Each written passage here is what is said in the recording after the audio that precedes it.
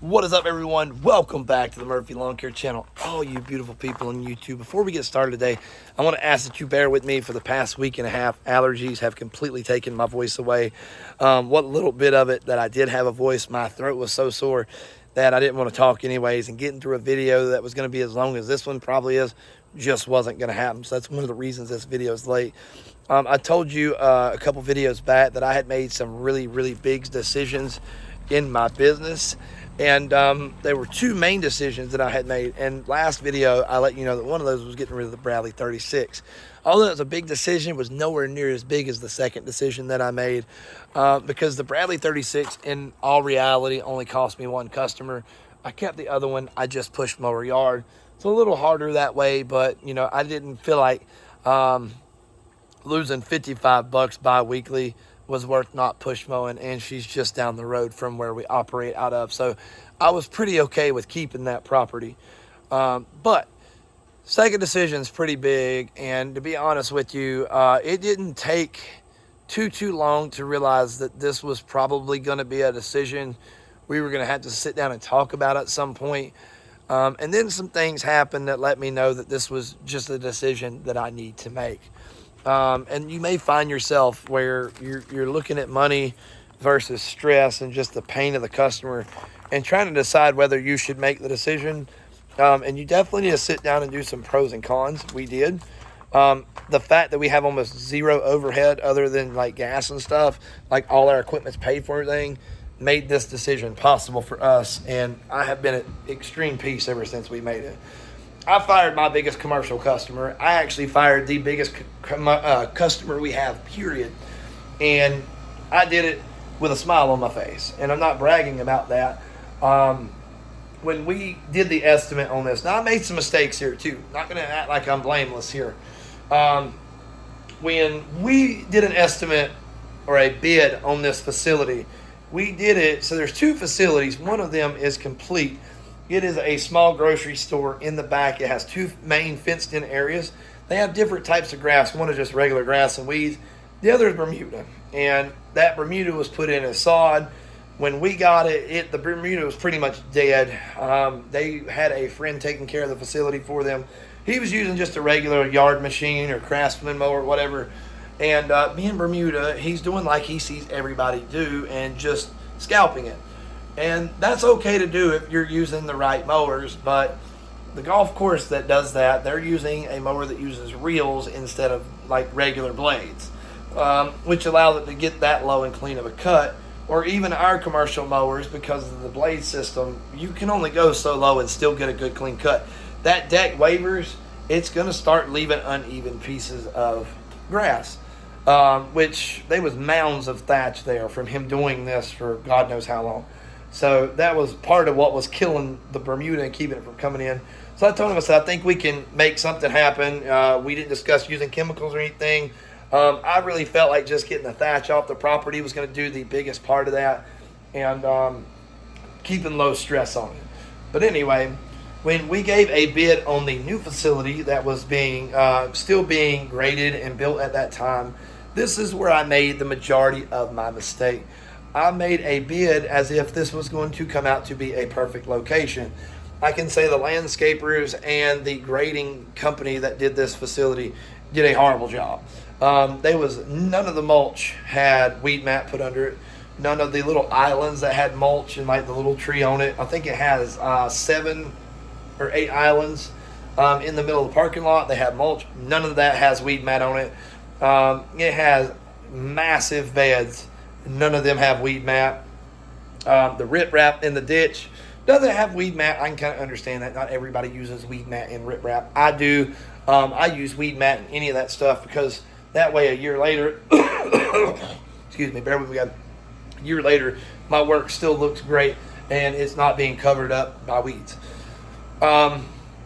We found out early on that taking care of that was going to be a situation, which we spoke with them about, kind of came to an agreement on that. But I made a bid on this place as if that company was going to do everything right.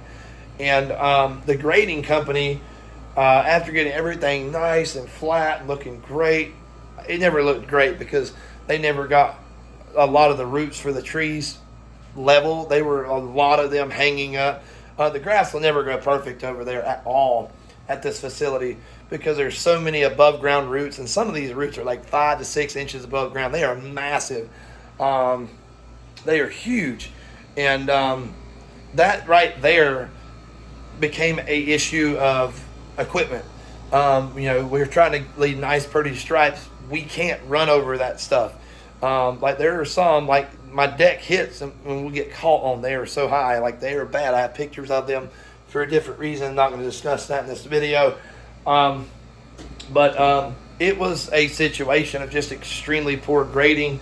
Actually, a month and a half into taking care of that new facility, when we finally got on it in April, late April, about a month and a half in from there, they actually had to come in and do some more grading. More like drainage work, because it wasn't draining. There was a couple areas that were just holding water where it was so poorly graded. I don't know if it was the same company that came in and did it. I hope not. I'm not going to say their name on here or anything like that. I'm not going to slander nobody. But they had to come in and put some, dig some like drainage areas, and that helped a lot because it was staying real wet and soggy, where the water just couldn't run off because the grading wasn't done correctly.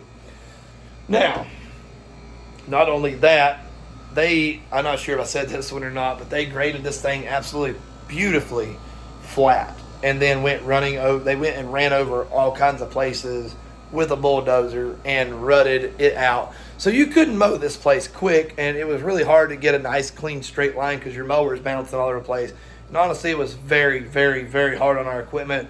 My Bradley, the Cherry Bomb, the 52 has proven itself, and so has the Gravely.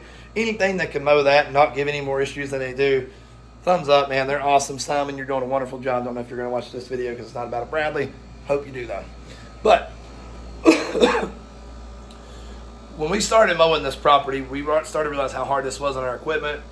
They were constantly reaching out to us over things that became our problem. We never bidded on this. These were never issues that we talked about, and these were expected to be included with the price. And there was pretty much us trying to fix the things that had happened, like the grass in the beds. We never discussed laying down chemicals on this property, nothing like that. And then there was several instances of that, like constantly finding little things wrong. And I'm okay with that. It happens if you got an issue. And it wasn't like they wasn't serious or very upset about it. But it was like it was constantly something. And yes, we got paid a pretty decent amount to do this. We didn't bid anywhere near what the other companies around here would have done. But once again, I bid to where I was happily comfortable after what all these other boys were going to take home after all the financing and paying their team. I still did exactly the amount that they would have been able to make on this property. So the straw for me was what really kind of ended it. There was several other instances that kind of got on my nerves with some things. It seemed like every time I had a good day, I'd get a negative text. Right before we go on vacation, hey man, what's going on with this location here? What's up? And it's like, just trying to have a good day, bro. Like, there's nothing going on with it. It's fine. We got it. A lot of little stuff. The thing that got me is I got that Bermuda looking better than it ever looked. What I had done is I was mowing it bi-weekly, kind of leaving low stress on it. Really wasn't bothering it at all. Just letting it have an opportunity to grow. And it had greened out really nice. Looked really good every other week. I was mowing it at 2.5 inches and just keeping it where I needed it to be. And it looked really good. I was really happy with it. And I know that's not the length a lot of people would keep it at, but 2.5 is where I felt comfortable. Keep a nice level cut with my mower without leaving any uneven stripes in it. Worked really well. There was 2 areas at the old location, which was originally a grocery store, that were 2 playgrounds. And when we walked these properties originally and I made my bid, I was told to not go in these. Don't worry about them. They're not your problem. We'll deal with those. Fine with me. That's cool. Usually when I would get a complaint, it was actually, I don't know that I ever got a complaint that wasn't in text form up till this. I got a phone call. And the phone call was, "Hey, ma'am, how you doing?" I mean, I'm doing all right. This was right after the tree almost crushed all my equipment. We were still trying to get back up and going from that. So last thing I needed was what happened here. He said, "Man, we got a problem at the old location." I said, "Okay, what you guys?" Said, "Man, I got weeds here over my head." "Where?" Behind the bus over here, which is a location most of the time we can't even get in because it's so tight. And in the playgrounds. I don't understand. I said, you're talking about the issue is the weeds in the playgrounds and the fences. That's where he said, "Yeah." I said, "Man, you told us not to go in there." And we didn't. And he said, "Oh, I think I remember telling you that." And then continued to complain about that being an issue. Sent me pictures of it and everything, which didn't matter because I wasn't supposed to be taking care of it in the first place. Those pictures mean nothing to me. Then, my daughter's over here being a goober. She's going to get hurt on a ladder. So anyway, then he complained about the length of the Bermuda. It was on its second week. I was about 2 days away from mowing it anyway, and complained about its length. Didn't say anything about the fact that I had brought it back. We got it exactly the way you wanted it. It was like they knew when I was about to come out, and they would go to a location right before then and make a complaint. And that bothered me because, the times that I come out, my schedule, when all this works. And you go out there right before I'm supposed to come out and complain about something that would be fixed tomorrow. And that finally, it wore on me. It wore on me, and it wore on me, and it wore on me. And to the point that after that phone call, I told him, I said, "Don't worry, I'll make everything right." I kind of just bit the bullet, which you have to do in business sometimes. But I got to thinking to myself, if we're constantly adding stuff and having problems with things that we never discussed, how far is this going to go? And I really don't need this contract. I like it. It's a good paying contract. I do like it. But the stress that it's bringing me and the aggravation, I really don't want to deal with all that. So I called him back and let him know that we would be more than happy to finish out the contract until its term, which is the end of this December. After that, we would need them to look for a new provider or have a new provider ready to take over that contract because we are no longer interested in it.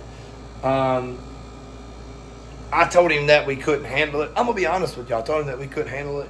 And we can, but I can't handle constantly having stuff added to a price that I set and those things just being constantly added to it and taking away from my profit, taking away from the time that I have to invest in gaining new business or other customers. Just wasn't worth it to me.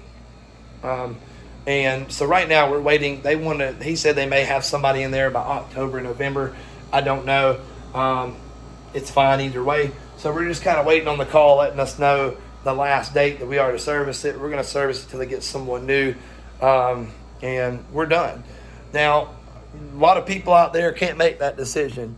I know a lot of you guys have that pain in the butt customer that pays you a lot of money and you got to deal with them, and it sucks. But that's why I try to keep low overhead so I don't have to deal with that. It's a pain in the butt.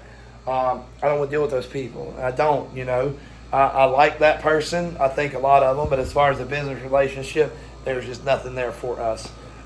It was a pretty decent little blow to the finances of my business, but we're going to be just fine. It sucks because it was a year-round contract, but I'm happy and I'm at peace. Guys, if you got something out there in your business that's just taking peace away, just really, really, really getting at you, need to sit down and do some pros and cons of whether you need to actually keep it. Sometimes it's worth it. Sometimes you may sit down and do pros and cons and realize you don't have to have it, and it's not worth it. Anyways, guys, this has been the video. That's the second biggest decision I made in my business. I got some other good videos coming, and I look forward to sharing those with you. Now that I'm starting to get my voice back, we can get back on the old YouTube with you guys.